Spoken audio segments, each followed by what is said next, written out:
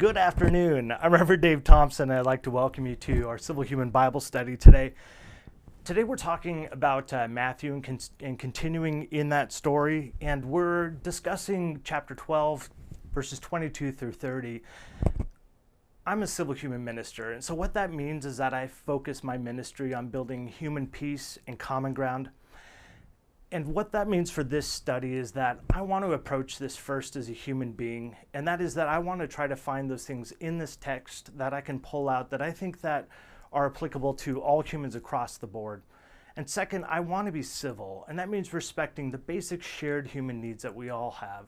You know, our need to believe our own creed and our own faith, our need to be independent from control, our need to vote, our need to love somebody intimately, and our need to live our lifestyle the way we want. As a result of that, I'd like to continue in this, and those are my objectives. So let's go ahead and read the verse. Matthew chapter 12, verses 38 is where we're starting today.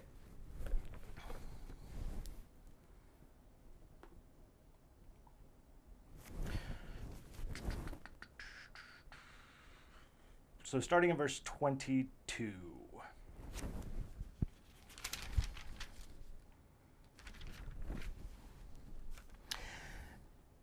Then one was brought to him who was demon-possessed, blind and mute, and he healed him so that the blind and mute man both spoke and saw. And all the multitudes were amazed and said, "Could this be the son of David?" But when the Pharisees heard it, they said, "This fellow does not cast out demons except by Beelzebub, the ruler of the demons." But Jesus knew their thoughts and said to them, "Every kingdom divided against itself is brought to desolation, and every city or house divided against itself will not stand. And if Satan casts out Satan, he is divided against himself. How then will his kingdom stand? And if I cast out demons by Beelzebub, by whom do your sons cast them out? Therefore they shall be your judges. But if I cast out demons by the Spirit of God, surely the kingdom of God has come upon you. Or else, how can one enter a strong man's house and plunder his goods, unless he first binds the strong man, and then he will plunder his house? He who is not with me is against me, and he who does not gather scatters abroad." So today, we're going to be talking about an experience that Jesus is having. The Pharisees, who are sort of the leaders, the religious leaders of the people this day, they're essentially going to try to attack Jesus and provide a smear campaign. And I'd like to talk a little bit about what it is that Jesus does to counter their conversation and their attack. And I think it's actually a really important point to make even for today. I know it's not unusual today in our political sphere and even in our religious spheres that there's a lot of attacks that are going on. And we need to be able to respond to them and to address them healthily. So let me go ahead and begin by starting in verse 22. So we have Jesus healing this blind and mute man. And it says that he's controlled by a demon. And we've talked a little bit about this in the past. But basically being controlled by a demon, in that day and age, they didn't really have an understanding of psychology or of mental health. So they would have simply seen that this individual was controlled by some unknown force or something that was not good. And so it was evil, and it was a spirit because they didn't know what was going on. All they knew is that he was giving off this vibe that was out of control and that this individual wasn't able to do anything about that. So obviously in their perspective, they're thinking of this person as being affected somehow by a negative spirit or a negative power. One of the things that I think is really important in this passage is the people are, amazed when Jesus casts out this demon and the man is healed. And then they say, "Is this the son of David?" So we've talked a little bit about the son of David, the son of man. These are the titles that are really given to this king, this Messiah that people were waiting for. So remember we talked about in the Old Testament or in the previous history of the Jewish people that they're expecting this king type figure. They are under the oppression of Rome currently, And so they're looking for a savior. They're looking for somebody to step up and to be someone who restores the kingdom of Israel as a significant nation that gives them a sense of purpose and a sense of meaning, especially against the Roman occupation that's happening right now. This person that they're waiting for, there were a lot of prophecies or a lot of foretellings and a lot of sort of hints for what's happening down the road, that this would be an offspring of David. And David is this important king in the history of the Jewish people. He is an individual of great prominence because he is the second king, but the most important one. He basically sets up the kingdom of Israel in a way that it's never been set up before. His son builds the temple, which is the first temple that they were able to build for God. So this was a huge time for them where they were economically powerful, where they had a significant influence in the world around them. And so when they're saying that this is a son of David, they're saying that this is somebody who would inherit the king lineage. You know, like even in the monarchy of England today, the child is born of the king, is the one who inherits the kingship. And so the Jewish people have this also as part of their understanding of, you know, the ruler or monarch. So this coming person that's going to save Israel, that's going to turn them around, they're expecting him to be a son of David. What is interesting is Matthew, the guy who writes this book, is one who points out that this was in fact David, that this the son of David, that his life and his lineage comes directly from the house of David. I'm going to readjust my microphone here. There we go. So I want to talk a little bit about what the Pharisees are saying and why they're so upset about all of this. So they essentially, because Jesus is being seen as a king figure, he is grating against their power. And people are moving around Jesus and are being influenced by him. So Jesus is a real problem for them.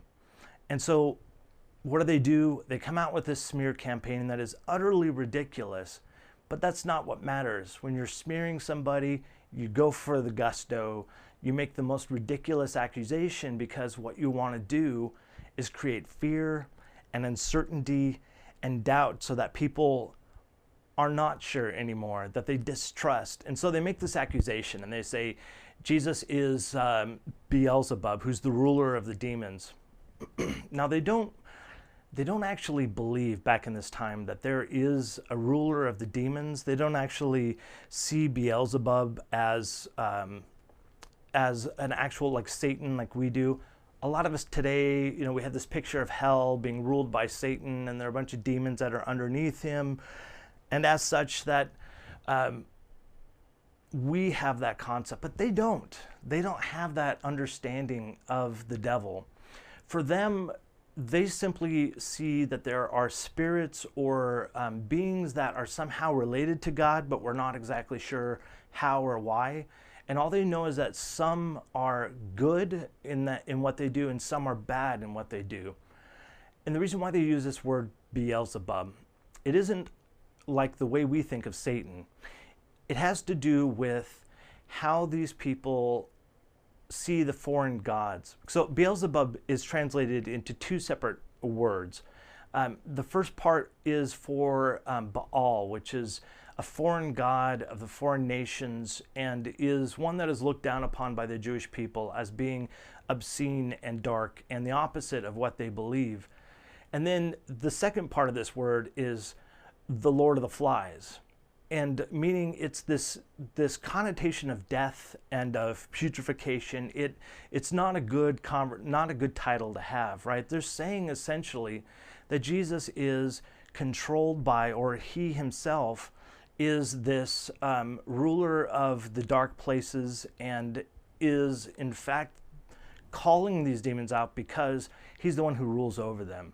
You know, that makes a little bit of sense. It would make sense to people back then seeing it, you know? So here's a guy who's doing miraculous things. Why is he doing them? Is it because of God? I don't know. Or is it because of the demons? That's what the Pharisees are trying to assert. And so Jesus is having to address this because, it's going to have an influence on him, and he needs to provide some argument for himself. So Jesus comes back with this argument that is essentially this: that a kingdom divided against itself cannot stand. I want to talk about a couple of the Greek words there that are really important to understanding what this means. So the first thing is this: the word divide here. So it has a sense of breaking something into bits, dividing it, cutting it into pieces. So rather than it being a unified force, unified around a principle or a calling or a good ideal, it's broken apart and set apart, and so therefore is no longer useful. It's distracted from its mission and its goal. And Jesus says that this will lead to its ruin. A house divided cannot stand and will lead to ruin. So this word for ruin means to create something that's desolate. Because it's divided, it is stripped of its value because it's not unified, or it's not working the way it's supposed to. And it's basically turned into the wilderness is what this word means. And for these people, the wilderness is this place of a lack of vegetation.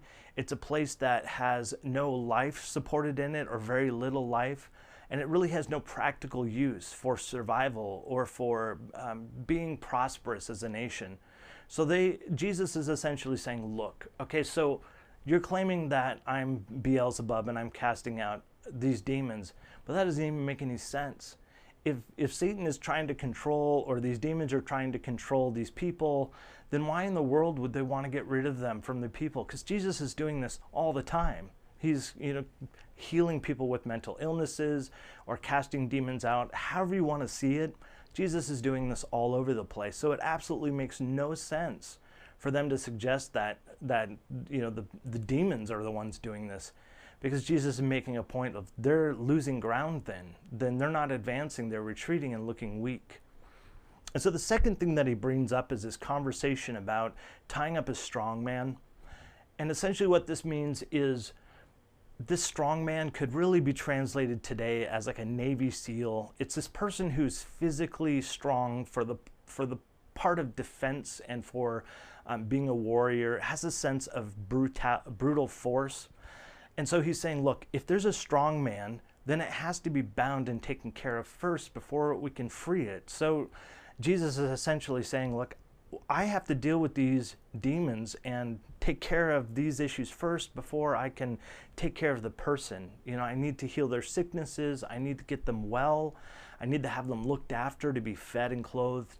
Then we can talk about what the issues are that are really at the core of their lifestyle, and maybe how they can change their lives to become better. So I'd like to walk away with a couple points on this message.